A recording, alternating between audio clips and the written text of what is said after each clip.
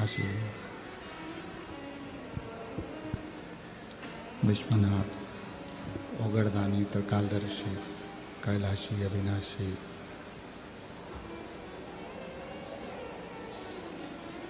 भगवान शिव जिनकी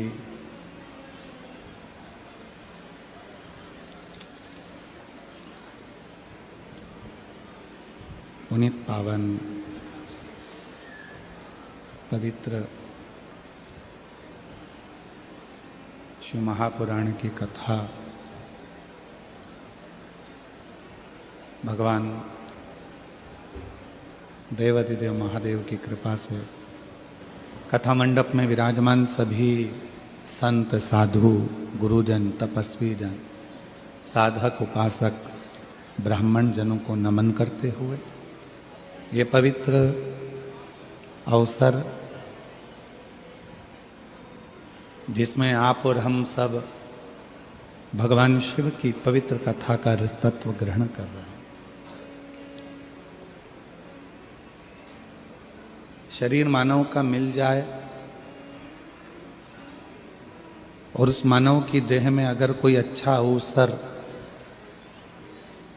परमात्मा यदि आपके सामने लाकर खड़ा करे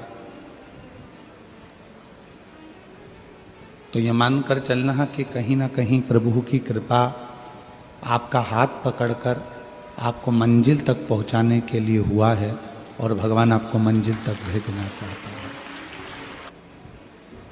ऐसे कई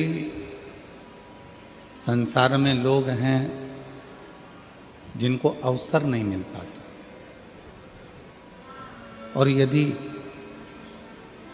वो अवसर एक बार भी आपकी जिंदगी में मिला है तो आप प्रयास करें कि उस अवसर का सदुपयोग।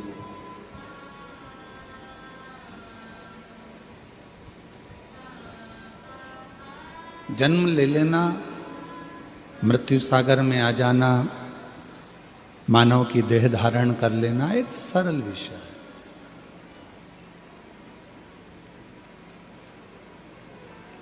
पर उस मानव देह को धारण करने के बाद यदि थोड़ा सा अवसर ऐसा जिंदगी में आ जाए कि हम अपने राष्ट्र के लिए, अपने देश के लिए कोई अच्छा काम कर सके तो जरूर करो। यदि प्रभु कृपा से अवसर मिल जाए, भगवान की कृपा से यदि कोई अवसर हमारे जीवन में प्राप्त हो जाए तो उस अवसर का सदुपयोग करें और तेरी कृपा बिना न हिले एक भी लेते हैं श्वास तेरी कृपा से बखान क्या करूं मैं राखों के ढेर का चपटी भभूत में खजाना कुबेर का। यदि मानव का शरीर मिला है और उस मानव के शरीर में कोई अवसर अच्छा मिला है तो कर लो।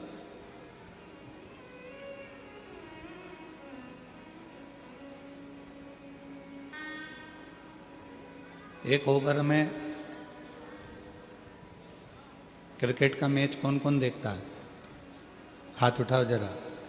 देखते हो सब लोग? एक ओवर में कितनी गेंद डलती है? 6 नहीं, 1। एक ओवर में एक ही गेंद को 6 बार फेंका जाता है। गेंद तो एक ही है। गेंद में एक अवसर दिया जा रहा है। अगर एक गेंद बेकार निकल जाए, एक गेंद थोड़ी गड़बड़ निकल जाए, दूसरी गेंद भी अगर गड़बड़ निकल जाए तो इन 6 गेंद में से कोई एक गेंद ऐसी पकड़ लेना और उसमें ऐसा बेट चलाना कि वो गेंद 6 पर पहुंच जाए या 4 पर पहुंच जाए, तो समझ।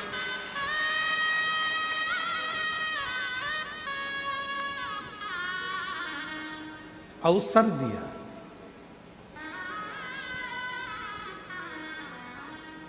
ऐसे ही परमात्मा भी हमको अवसर देते हैं, भगवान भी हमको अवसर प्रदान करते हैं कि तुमको अवसर मिल रहा है कि कथा इतने आसपास में हमको मिल जाती है। ये प्रभु की कृपा है। क्यों मिलती है? कोई कोई प्रदेश तो ऐसे हैं कि जो इस कथा के लिए तरस रहे, कोई कोई क्षेत्र ऐसे हैं जो इस कथा को पाने के लिए अथक प्रयास कर कर बैठे हुए, अथक प्रयास।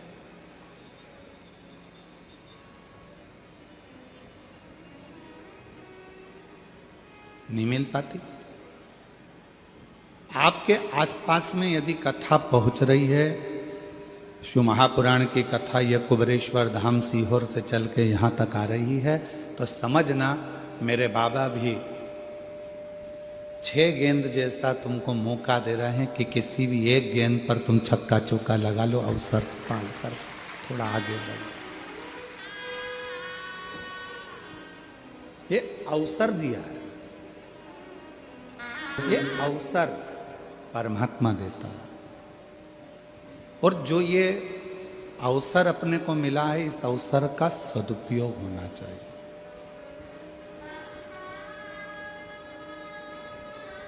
इसका सदुपयोग करिए।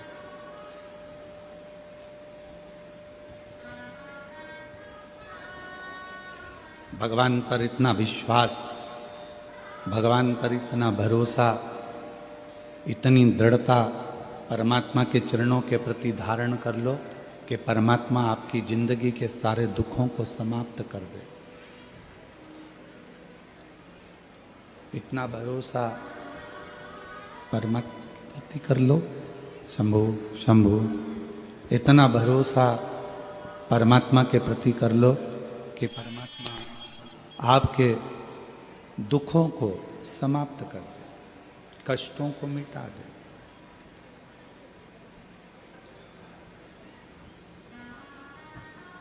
दो लड़ाई हैं, एक मैदान में लड़ाई होती है और एक अपने मन में लड़ाई होती है। जम के बोलो कहाँ कहाँ पर हो रही है? जम के बोलो। एक हो रही है मैदान में, एक हो रही है अपने मन में। 2 लड़ाइयाँ हैं, एक मैदान की लड़ाई है और दूसरी मन की लड़ाई। पीला चावल नहीं दिया, उसके बाद भी आप बाबा की कथा में क्यों आए हो? किस लिए आए? आने का केवल एक कारण है कि हमारा बाबा, हमारा भोलेनाथ, हमारा शंभुनाथ, हमारा त्रिकालदर्शी, कैलाशी, अविनाशी शिव हमारी दिल की बात को सुनता है।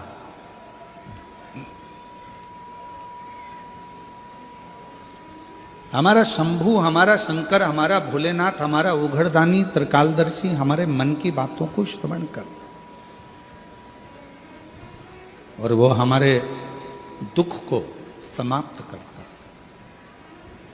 मेरी जीजियों, मेरे जीजाओं, मेरी बेटियों, बेटाओं, मेरी बुजुर्ग माँ बाप, एक बात याद रखिएगा, बहुत मेरा शिव, मेरा शंकर, मेरा ओघड़दानी, मेरा शंभु, मेरा त्रिकालदर्शी, मेरा कैलाशी, अविनाशी, मेरा बाबा विश्वनाथ, मेरा बाबा भोलेनाथ, यदि कृपा करना वाला होता है तो ही आपको अपने नजदीक में लाता है, वरना लाता ही नहीं, बुलाता ही नहीं। 2 लड़ाइयां हैं, एक लड़ाई होती है मैदान में, एक लड़ाई होती है अपने मन में। 2 लड़ाई। और याद रखिए, मैदान की लड़ाई मान लो हार गए तो भी बाद में जीत सकते हो, पर मन की जो लड़ाई होती है इसमें यदि एक बार हार गए तो फिर जिंदगी भर कभी जीत नहीं सकते, कभी नहीं। आप एक बार यदि हार गए तो जीत नहीं पाओ, फिर आप जीत नहीं सकते, फिर आप जीत नहीं पाओगे। इसलिए मन से मत हारो।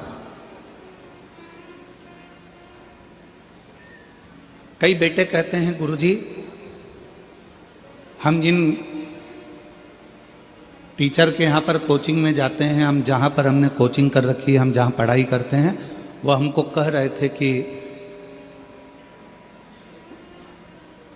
तुम्हारे बस का नहीं है, तुम ये नीट क्लियर नहीं कर सकते, तुम्हारे बस का नहीं है, तुम ये नीट क्लियर नहीं कर सकते। अब आप गुरुजी बताओ, क्या मैं ये नीट की पढ़ाई करूं ना करूं? क्या दूसरा कोई एग्जाम देना चालू करूं या दूसरा कोई लक्ष्य पकड़ूं? हमने उस बेटे से कहा कि तुम्हारा दिल क्या कहता है? कहा गुरुजी, लोग कहते हैं कि बहुत कठिन है, घर के लोग भी कह रहे हैं बहुत कठिन है, और मेरे दोस्त भी कह रहे हैं बहुत कठिन है, टीचर कह रहे हैं कि ये नीट का एग्जाम तो क्लियर नहीं कर सकता, कठिन है। तो अब आप बताओ कि मैं नीट का एग्जाम दूं कि नहीं दूं, मैं नीट की पढ़ाई करूं कि नहीं करूं? हमने कहा बेटा, अगर दूसरे के कहने पर तुम अपनी जिंदगी का निर्णय कर रहे हो तो समझ लेना कि तुम दुनिया में जिंदगी खराब कर रहे हो। दूसरे ने कह दिया कि तुम ये पढ़ाई मत करो, नहीं करी। दूसरे ने कह दिया तुम ऐसा मत करो, तुमने वैसा कर लिया। दूसरे ने कहा तुमने ये कर दिया, ऐसा मत करो, वैसा कर लिया। दूसरे के कहने पर नहीं, स्वयं पर निर्भर होकर, स्वयं पर जागरूक होकर, स्वयं विचार कर कर अपनी जिंदगी स्वयं जियो। कब बनेगा? कब बनोगे आप आत्मनिर्भर? दूसरा कहेगा, उसके कहने से क्या आप आत्मनिर्भर बन सकते हो? दूसरा कुछ बोलेगा तो क्या उसके बोलने से आप आत्मनिर्भर बन सकते हो? नहीं। अपनी मेहनत से, अपने परिश्रम से, आप अपने बल पर आत्मनिर्भर बन सकते। दूसरे ने कहा कि नीट की एग्जाम मत दे, तेरे बस की नहीं है, तुमने नहीं दी। दूसरे ने कहा तुम इंजीनियर नहीं बन सकता, दूसरे ने कहा तुम ऐसा नहीं कर सकते, दूसरे ने कहा तुम ऐसा नहीं कर सकते, दूसरे ने बोला तुम ऐसा नहीं कर पाओगे, और तुमने छोड़ दी। नहीं। स्वयं को इतना प्रबल करिए, स्वयं को इतना बलवान करिए, स्वयं को इतना जागरूक करिए कि आप उच्च पद तक पहुंच सके।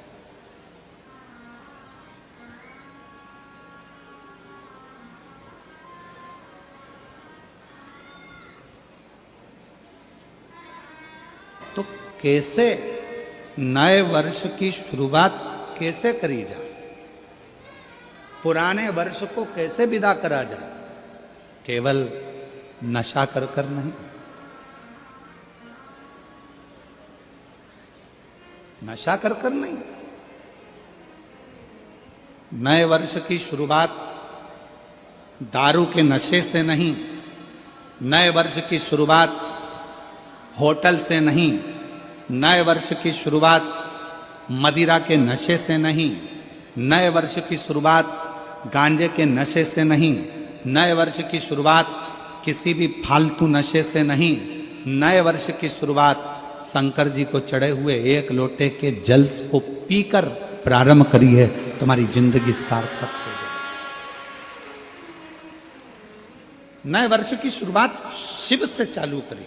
नए वर्ष की शुरुआत भगवान शंकर को एक लोटा जल समर्पित कर कर, नए वर्ष की शुरुआत भगवान शंकर का गुणगान कर कर, नए वर्ष की शुरुआत भगवान का स्मरण कर कर, नए वर्ष की शुरुआत भगवत भजन कर कर वहां से प्रारंभ करें।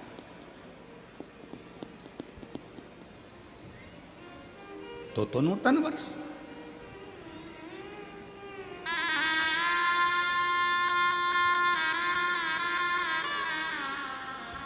अपने माता पिता को नमन कर कर, अपने माता पिता को प्रणाम कर कर, अपने माता पिता को कुछ अच्छा उपहार देकर, अपने माता पिता को नमन कर कर अगर आप नूतन वर्ष की शुरुआत करते हैं तो आपकी जिंदगी सार्थक होती है। जितनी भी बुराइयां हैं अपने जीवन में, जितने भी बुराइयां आई हुई हैं, जितनी बुरी आदतें आई हुई हैं, इन सब बुराइयों को, इन बुरी आदतों को हम हटाएंगे। इन बुरी आदतों को, इन बुराइयों को हम अपने पास नहीं रखेंगे, हम इनको हटा।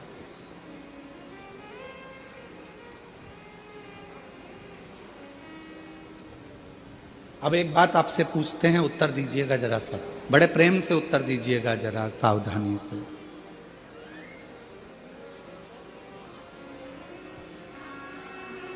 किसी बुरे व्यक्ति से आपका साथ हो गया, कोई बुरा व्यक्ति आपका मित्र हो गया, या कोई बुराई, बुरी आदत आपके अंदर आ गई,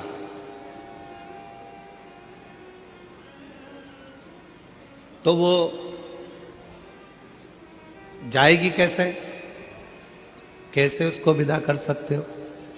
कैसे उसको हटा सकते हो? बुरी आदत कोई आ गई है, कोई बुरा व्यक्ति आपकी जिंदगी में आ गया, बुरा व्यक्ति का संग आपको मिल गया, या कोई बुरी आदत आपके पास आ गई है, तो उसको हटाओगे कैसे?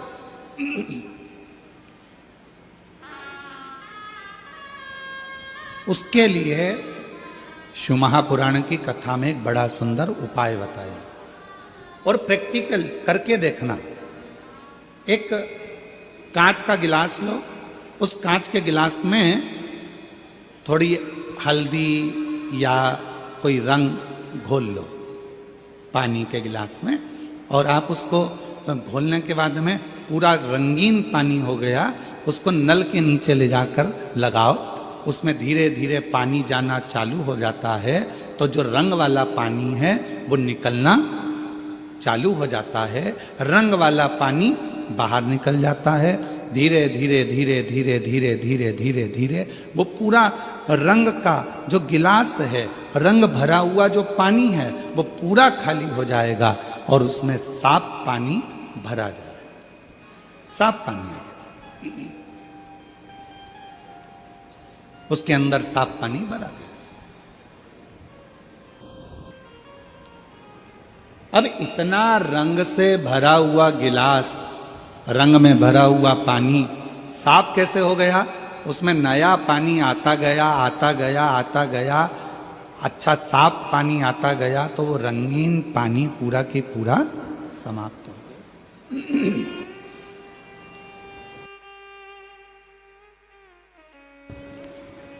वो पूरा की पूरा पानी समाप्त हो गया। उसी तरह शिव महापुराण की कथा भी कहती है, बुरे लोगों का संग हो गया, कोई बात नहीं, बुरी आदत तुम्हारे अंदर आ गई, कोई बात नहीं, इस बुरे लोगों के संग को और बुरी आदत को हटाओगे कैसे, मिटाओगे कैसे? तो कहा किसी अच्छे व्यक्ति का संग पकड़ लो, और अच्छे व्यक्ति का संग पकड़कर सत्संग करना प्रारंभ कर दो, तो बुरे व्यक्ति और बुरी आदत अपने आप धीरे धीरे समाप्त हो जाए। वो बुरी आदत भी चले जाएगी, बुरे विचार भी चले जाएंगे, और बुरा व्यक्ति भी चला जाएगा। अच्छों का संग, और मत बुरे कर्म कर बंदे, वरना पछताएगा, भगवान की आंखों से बच नहीं पाएगा, तू बच नहीं पाएगा। अरे ओ अज्ञानी मत करना, विचार रखिए। शिव महापुराण की कथा निरंतर श्रवण करिए। भगवान शंकर के मंदिर में जाकर 1 लोटा जल समर्पित करते रहिए। शिव जी पे चढ़ा हुआ जल का आचमन करते रहिए। भगवान की अविरल भक्ति को धारण करते रहिए। कभी मौका मिल जाए परमार्थ करने का तो परमार्थ में लग जाइए। तो जिंदगी में जितनी बुरी आदतें हैं, जितने बुरे कर्म हैं, या कोई बुरा व्यक्ति भी हमसे लगा हुआ है, तो हमारी अच्छाइयों के आगे वो बुराइयां धीरे धीरे दबती चली जाएगी और वो बुरा व्यक्ति भी चला जाएगा और जीवन में जो बुराइयां हमारे अंदर भरी हैं वो भी चली जाएगी। श्रेष्ठ कर्म, कुछ अच्छा करिए, कुछ अच्छा विचार करिए। एक बड़ी सुंदर कथा है।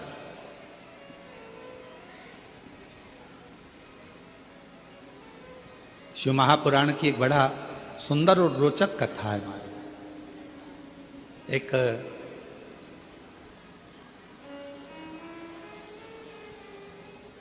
दक्षिण प्रदेश में एक नील वर्मा नाम के राजा हुए। थोड़ा सावधानी से सुनिए कि आज कथा गाते सुनने के लिए नहीं पहुंचे, इसलिए बहुत सावधानी से इस कथा में मन को लगाना। अगली बार जब कथा में आओ तो तुम्हारा भी पत्र इस व्यासपीठ पर हो, इस भाव के साथ कथा सुनो, उस भाव के साथ कथा को सुनो। एक दक्षिण प्रदेश में नील वर्मा नाम के एक राजा हुए। नील वर्मा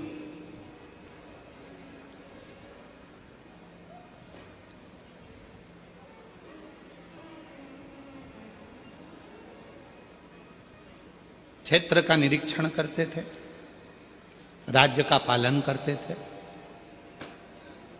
और उस राज्य के पालन में एक दिन वो मृगा करने के लिए वन गमन को गए, शिकार करने के लिए गए।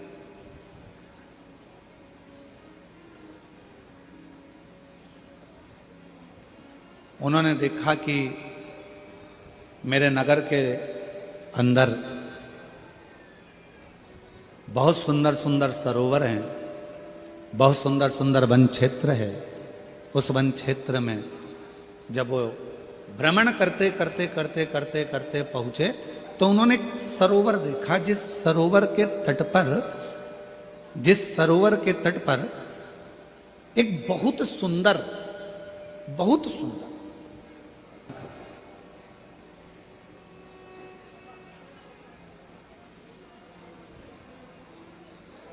और शिव महापुराण की कथा कहती है, मनुष्य की सुंदरता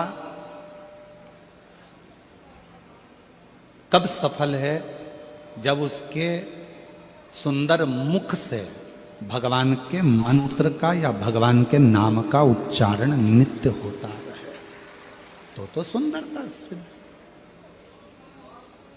मान लो हम भगवान ने हमको काया दी अच्छी, धन दिया अच्छा, शरीर दिया अच्छा, हाथ दिए, पांव दिया, मुख दिया, श्रवण शक्ति दी, नेत्र दिए, नासिका दी, अधर दिए, जिह्वा दी, सब कुछ दिया, खूब अच्छा दिया, और उसका हम सदुपयोग ही ना कर सके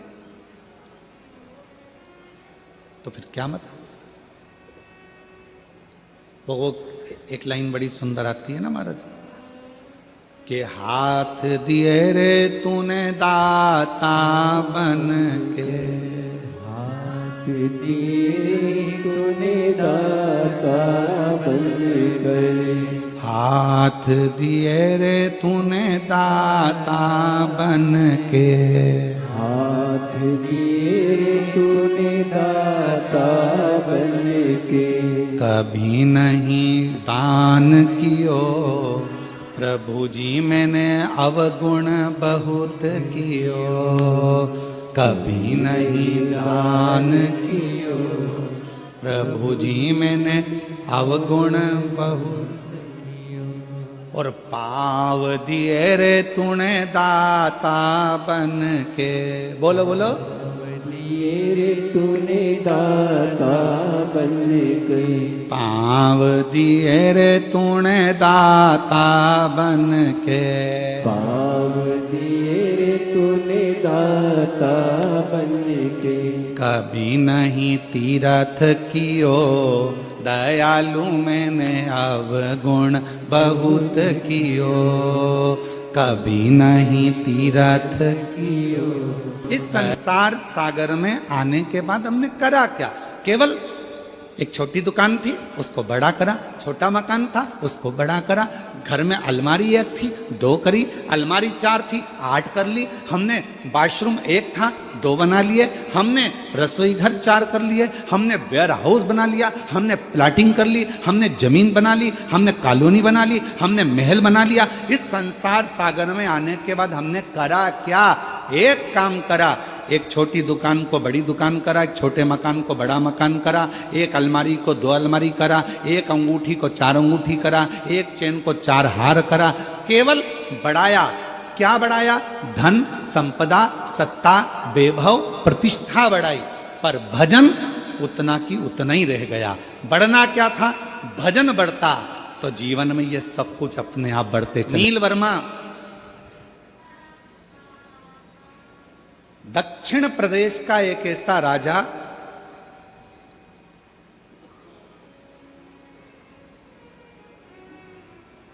आर्ष पत्नी पद्मावती को देखकर उसके मन में आया कि कितनी सुंदर स्त्री है, कितनी सुंदर, इसकी सुंदरता इतनी इतनी सुंदर। पर कुछ भी हो, इसको तो अब मुझे अपना बनाना है। सुंदरता देखकर आर्ष पत्नी को अपना बनाने के लिए नीलवर्मा लग गए, और राजा नीलवर्मा ने उसको बनाने के लिए एक बार जाकर उसके पीछे पीछे पीछे पीछे गया तो मालूम पड़ा ये तो पत्नी है किसी की, फिर भी सुंदर है, मैं इसको अपना बनाऊंगा। राजा ने उसको रोक लिया बीच मार्ग में, बीच मार्ग में रोका और रोककर कहा कि मैं तुम्हें अपना बनाना चाहता हूं, अपने पति को त्याग दो, मेरी बन जाओ। अर्श पत्नी पद्मावती ने हाथ जोड़कर कहा कि मैं अपने पति का सम्मान करती हूं, आदर करती हूं, उसको मान सम्मान से मैं परमेश्वर मानती हूं, और मैं आपकी ओर देखना भी पसंद नहीं करती। इतना तो सुनना था। नीलवर्मा राजा को क्रोध आ गया, इतना क्रोध नीलवर्मा राजा को आया, इतना क्रोध आया, इतना क्रोध आया। उस क्रोध के बल पर नीलवर्मा राजा ने विचार कर लिया कि अब जितने भी मंदिर हैं शंकर के, सारे के सारे मंदिरों को मैं तोड़वा दूंगा। जब शिव ही नहीं रहेगा, पूजन किसकी करेगी? फिर तो मुझे भजेगी, फिर तो मुझे जानेगी। पर कौन बताए, लगन तुमसे लगा बैठे जो होगा देखा जाएगा, और तुम्हें अपना बना बैठे जो होगा देखा। कौन?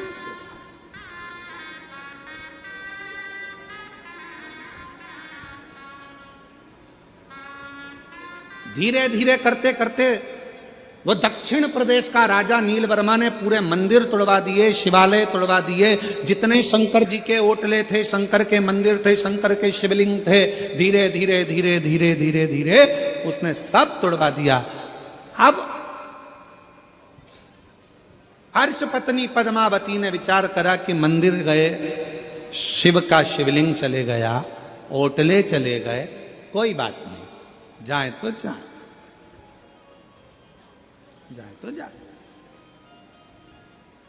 कई माताएं कहती हैं गुरुजी हमारे गांव में शंकर जी का मंदिर नहीं है। कई माताएं कहती हैं गुरुजी हमारे गांव में शंकर का ओटला नहीं है। कई माता कहती है हमारे गांव में शंकर का शिवलिंग नहीं है। कई माताएं कहती हैं हम उनसे निवेदन करना चाहेंगे, तुम्हारे गांव में मंदिर नहीं है, कोई बात नहीं, तुम्हारे गांव में शंकर जी का ओटला नहीं है, कोई बात नहीं, तुम्हारे गांव में शंकर का शिवलिंग नहीं है, कोई बात नहीं, आप अपने घर में छोटा सा शिवलिंग रखकर भगवान को जल चढ़ाना प्रारंभ करो। एक ना एक दिन शंकर ऐसी कृपा करेंगे कि तुम्हारे घर के ठीक पास में शंकर अपना मंदिर बनवाकर विराजमान है। तुम्हारे घर के आसपास में शंकर जी खुद आएंगे, तुम्हें जाने की जरूरत नहीं पड़ेगी। तुम आराधना तो करो। और कई माताएं बैठी होंगी ऐसी, कई माताएं ऐसी बैठी होंगी जो शंकर जी को पानी चढ़ाने के लिए ढूंढती थी। हमारे गांव में शंकर जी आ जाए, हमारे गांव में शिवलिंग हो जाए, हमारे गांव में मंदिर आ जाए, हमारे गांव में कोई मंदिर बन जाए। कई माताएं बैठी होंगी। और आज बाबा ने ऐसी कृपा कर दी, जिस गांव में एक मंदिर नहीं था, बाबा की कृपा से उस कॉलोनी में, उस गांव में भगवान ने खुद आकर विराजमान होकर जल ग्रहण किया। शिव ने स्वयं जल लिया।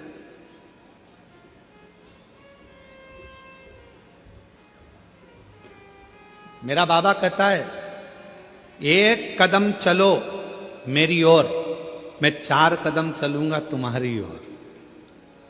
4 कदम। एक पत्र है, अच्छा है, देखिए।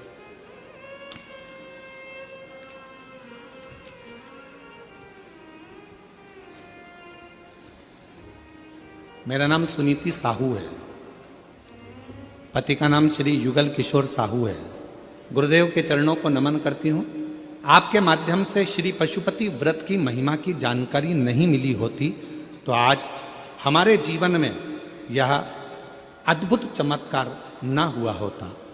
मैं और मेरे पति हमेशा से ही सरकारी नौकरी के लिए प्रयास करते थे, परंतु हम दोनों के अच्छे पढ़े लिखे होने के बावजूद भी हमें कहीं सरकारी नौकरी नहीं मिल पा रही थी। हम दोनों की उम्र लगभग 40 वर्ष होने ही वाली थी। हम दोनों की उम्र लगभग 40 वर्ष होने ही वाली थी और हमने नौकरी की उम्मीद छोड़ दी थी। उसी समय हम दोनों ने श्रवण किए। सुना था पंडाल में बैठकर जो मांगा जाता है वो बाबा देता है। पंडाल की मिट्टी को अगर सिर से लगाया जाता है तो वो भाग्य भी पलट देता है। वही की वही हमने करा। हाले कोसा की कथा में गए, वहां बैठकर हमने कथा श्रवण करी और वहीं से नियम ले लिया, पशुपति नाथ का व्रत करूंगी। गुरुदेव, पशुपति नाथ के व्रत की महिमा आपके मुख से सुनी थी। मैंने 5 बार इस व्रत को रखा। इस व्रत को मैंने 5 बार रखा। तीसरी बार जब व्रत पूरा हुआ 2023 में, सावन का 2 माह पड़ा। पहले सावन में सपरिवार मंदिर में पूजा करके और बाबा की आराधना करी। तभी फोन के माध्यम से हमें खुशखबरी मिल गई कि मेरे पति की सरकारी नौकरी लग गई। मैं बाबा को प्रणाम करती हूँ। और गुरुदेव, आप कहते हो बाबा देता है तो छप्पर फाड़ कर देता है। उसी समय 2023 के दूसरे सावन में बाबा की ऐसी कृपा हुई कि मेरी भी सरकारी नौकरी बाबा ने लगा दी। मैं बाबा जी हूं, निवेदन है, अपने घर में छोटा सा शिवलिंग रखकर उसकी आराधना करना प्रारंभ करो। धीरे धीरे धीरे धीरे अपने आप तुम्हारे गांव में, तुम्हारे मोहल्ले में, तुम्हारी कॉलोनी में, तुम्हारे नजदीक में शंकर का मंदिर बनकर ही रहेगा। शिव तुम्हारे करीब में आकर ही। आप भजो तो,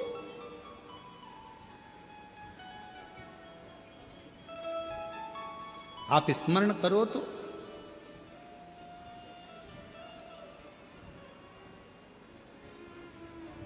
नील वर्मा ने सारे मंदिर तोड़वा दिए राजा ने, और राजा नील वर्मा ने सारे मंदिर तोड़वा दिए, शिवलिंग तोड़वा दिए, मंदिर हटवा दिए, होटलें हटवा दिए।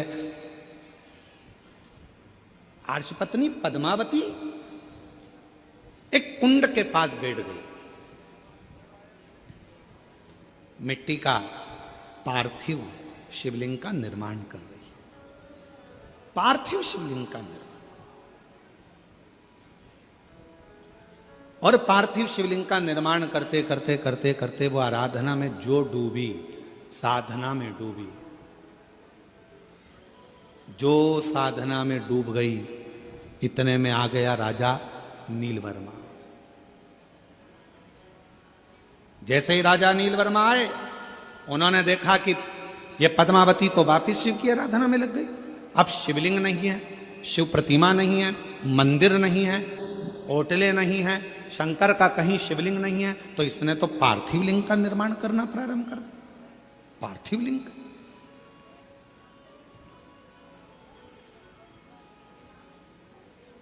क्या करा जाए? क्रोध आ गया राजा को, और राजा ने उसी समय पर गुस्से में आकर अपने पांव के अंगुष्ठ भाग को तोड़ने के लिए लगाने ही वाला था। इतनी देर में पद्मावती तो भक्ति में डूबी थी, शंकर के भजन में डूबी थी, और उस कुंड में से एक मछली कूद कर बाहर आई, और उस मछली ने राजा नील वर्मा को खींचकर पानी में लेकर चली गई। पानी में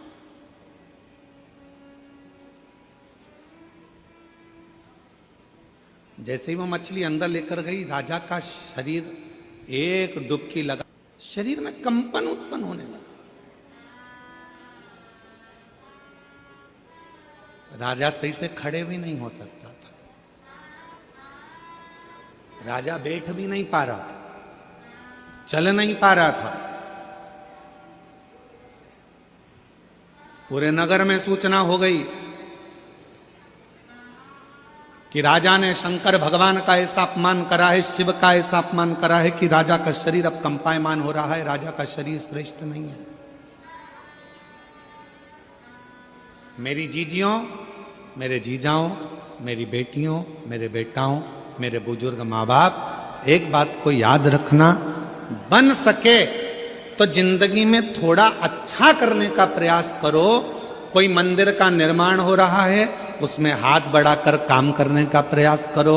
अपने यहाँ कोई अच्छा कार्य हो रहा है, उसमें थोड़ा सा आगे बढ़कर सहयोग करने का प्रयास करो। अपने गांव में कथा हो रही है तो उसमें हाथ बढ़ाकर आगे बढ़ाने का प्रयास करो कि हमारे नगर में, हमारे गांव में, हमारे क्षेत्र में कथा हो रही है, कम से कम शिव ने कृपा तो करी, जो यहाँ कथा हो रही है थोड़ा आगे बढ़कर उसमें प्रयास करो कि भगवान ने अगर तन अच्छा दिया है उसको लगाओ, मन अच्छा दिया है उसको लगाओ, धन अच्छा दिया है उसमें से एक पंखड़ी कथा में लगाने का प्रयास करो, मंदिर में लगाने का प्रयास करो।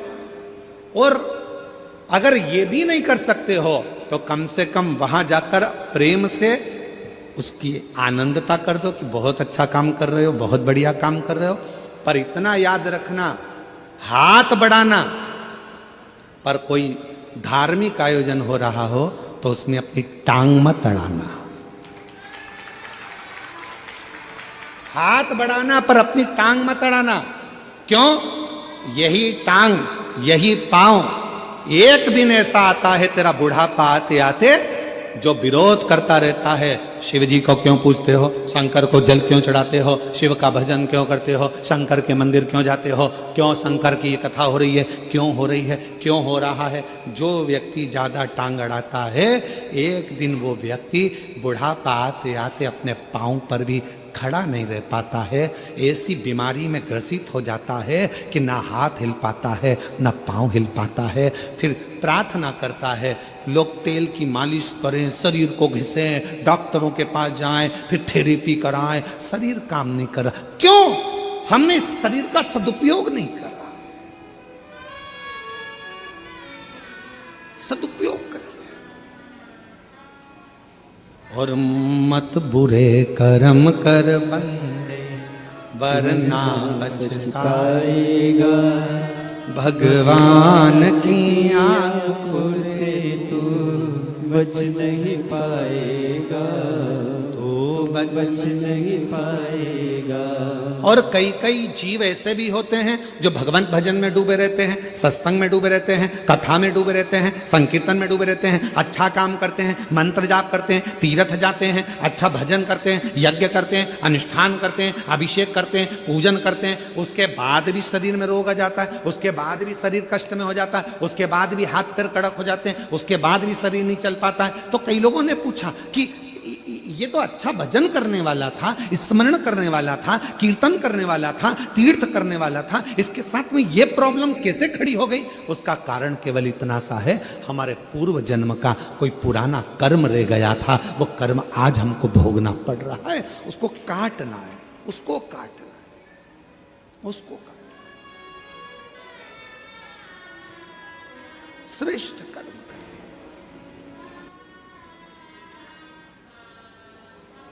राजा नीलवर्मा शरीर शिथिल,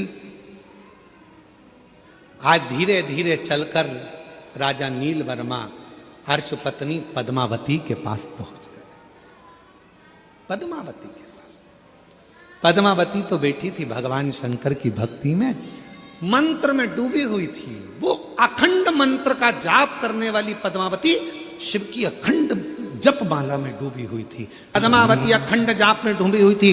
राजा नीलवर्मा पहुंच गया और राजा नीलवर्मा ने पद्मावती को देखकर हाथ जोड़कर आज नमन कर कर कहा, मैंने ये शंकर के शिवलिंग को तोड़वाया, मैंने शंकर के मंदिर को तोड़वाया, मैंने शंकर का जो भगवत भजन हो रहा था उसको बंद करवाया, मैंने ये शंकर का जो पार्थिव लिंग का निर्माण तुमने करा था, ये पार्थिव लिंग के निर्माण में मैंने अपना चरण लगाना चाहा। मेरी बुद्धि बेकार हो गई थी, मेरा चित्त बेकार हो गया था। तुम्हारी सुंदरता को देखकर मैं तुम पर इतना आसक्त हो गया था कि मैं कुछ भी नहीं जान पा रहा था और मैंने शिव का अपमान कर दिया, शंकर का अपमान।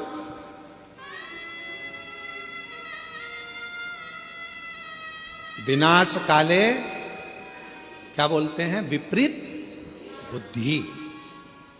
विनाश काले विपरीत बुद्धि।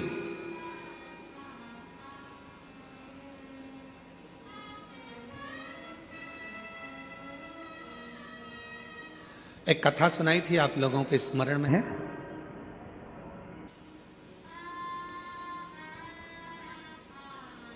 आप सब लोग कौशल प्रदेश के रहने वाले हो, राम जी के ननिहाल के हो। माता कौशल्या की एक कथा सुनाई थी पहले टीवी पर, आप लोगों में से कई लोगों ने सुनी होगी। लंका ने जो हरण, रावण ने जो हरण करा था वो कथा। मां कौशल्या, माता कौशल्या शिव जी की परम आराधना करती थी, भगवान शंकर की परम भक्त थी। और लंका के राजा रावण ने एक बार सारे ग्रहों को एकत्रित कर कर पूछ लिया था, बताओ ग्रह मेरी मृत्यु कैसे होगी। किसी ग्रह ने जो बताता था, राजा उस लंका का राजा रावण उस ग्रह को बंदी बना लेता था। फिर भी रहा नहीं गया, पूछा तो एक ग्रह ने कह दिया कि तुम्हारी मृत्यु का कारण कौशल राज की लड़की कौशल्या, कौशल्या माता के गर्भ से एक बेटा जन्म लेगा, भगवान श्री राम, वो तुम्हारी मृत्यु का कारण बनेंगे। तो रावण के हृदय में ये बात खल गई और उसने माता कौशल्या जी को उसी समय पर जाकर कौशल राज की नगरी में इसी पवित्र धरा पर आकर लंका के राजा रावण ने कहा कौशल राज से कि आप एक निवेदन स्वीकार करो, कौशल्या जी को मुझे दे, विवाह मेरे साथ करो। नहीं, नहीं,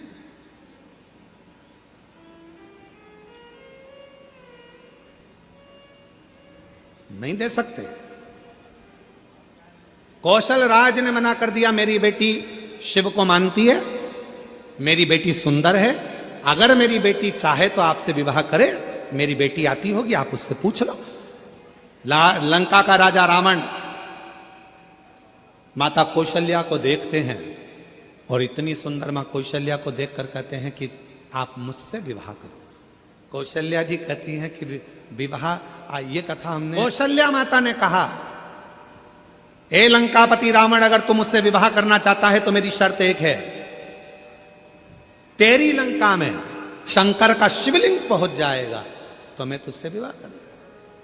रावण गया शिवलिंग लेने, शंकर जी के पास जाकर शिवलिंग मांगा, लेकर जाने लगा, पर मां पार्वती जी नहीं चाहती थी कि ये शिवलिंग पहुंचे। भार उत्पन्न हो गया उस शिवलिंग में, लंका के राजा रावण ने पृथ्वी पर रख दिया।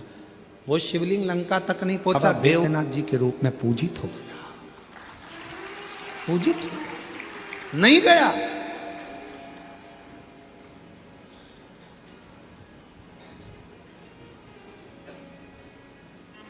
वो गया ही नहीं।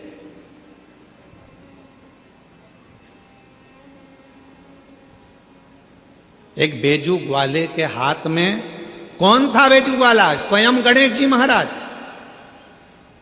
जिन्होंने उस शिवलिंग को अपने हाथ में लेकर 51 शक्ति पीठ में से जो एक मां सती का हृदय जहां गिरा था छुपाकर पेटी में बंद कर कर समुद्र में डाल देता हूं, और एक मछली के मुख में वो पेटी रख दी थी। वो मछली की लड़ाई एक बड़े मछुए से हुई, मुख खुला मछली का, पेटी गिर गई, एक टापू पर चली गई। वहीं से दशरथ जी निकल कर जा रहे थे, बंद पेटी को देखा तो खोला, उसमें कौशल्या जी थी। पूछा तुम कैसे आई? सारी कथा सुना दी। वापिस कौशल राज के पास में माता कौशल्या जी को भेजा गया, और राजा कौशल राज ने दशरथ जी के साथ कौशल्या जी का विवाह पक्का कर दिया, और उनके घर में राम जी का प्रागट्य। अर्श पत्नी पद्मावती के पास में राजा जाकर कहता है, राजा नीलवर्मा कहता है, अरे तुम इतनी सुंदर थी कि तुम्हारी सुंदरता के चक्कर में मैंने शिव का अपमान कर दिया। सुंदरता के और विनाश काले विपरीत बुद्धि, विनाश काले विपरीत बुद्धि। जब समय पलटी मारता है तो बुद्धि भी अपने आप विपरीत होती चली जाती है।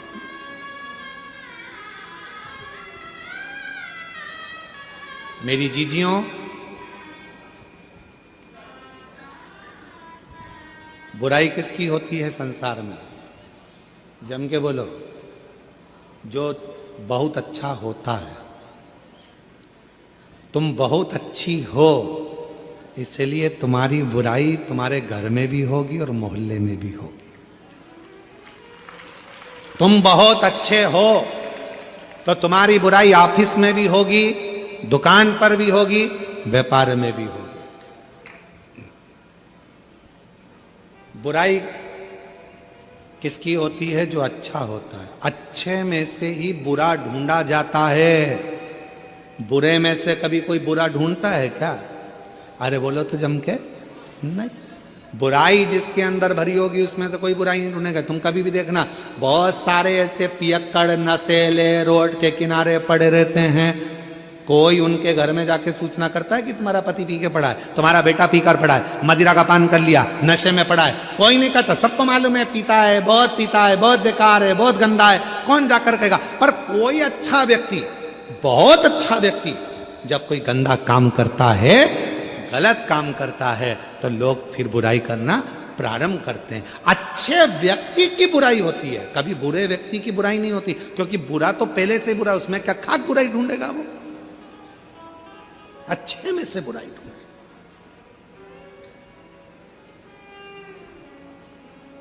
तुम्हारी देवरानी अगर तुम्हारी बुराई करे तो समझ लेना तुम बहुत अच्छी हो। तुम्हारी जेठानी बुराई करे तो समझ लेना तुम एकदम जोरदार हो। तुम्हारी सास तुम्हारी बुराई करे तो समझ लेना कि तुम दुनिया की सबसे अच्छी बहू हो। और अगर बहू बुराई करे सास की तो समझ लेना तुम ओल्ड इज गोल्ड, एकदम मस्त सास हो, बहुत अच्छी सास हो। क्यों चिंता करना?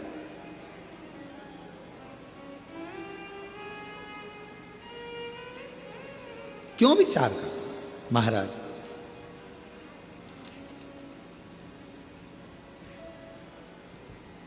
नीलवर्मा राजा ने हाथ जोड़ लिए, गलती हो गई है मुझसे, क्षमा कर दो। बहुत बड़ी गलती हो गई मुझसे, क्षमा कर दो, क्षमा कर दो। आज अर्श पत्नी पद्मावती तप करते करते करते करते, शिव की आराधना करते करते उसकी आंख में से आंसू बह गया, अश्रु।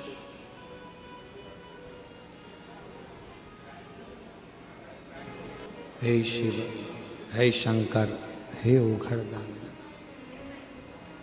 आहों में, हे प्रभु, हे शिव, हे शंकर, महादेव तुम्हारे चरणों में मैं तुम्हें मना दिया।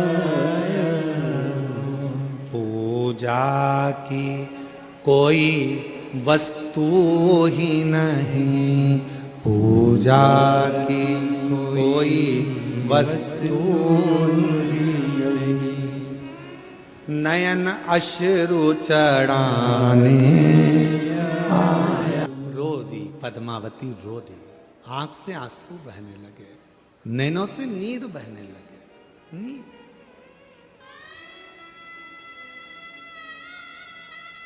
कल वो माता जो जिनके वो खेत में आग लगी थी और वो आग बुझ गई थी, उसकी आंख में आंसू थे। हमने कहा माइक में